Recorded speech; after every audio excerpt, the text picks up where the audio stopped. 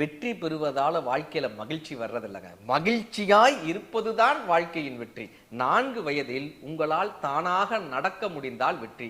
8 வயதில் வெளியே சென்றுவிட்டு தன் வீட்டிற்கு தானே திரும்பி வர தெரிந்தால் வெற்றி. 12 வயதில் நல்ல கல்வி கிடைத்தால் வெற்றி. 18 வயதில் உங்களுக்கான வாக்குரிமை கிடைத்தால் வெற்றி.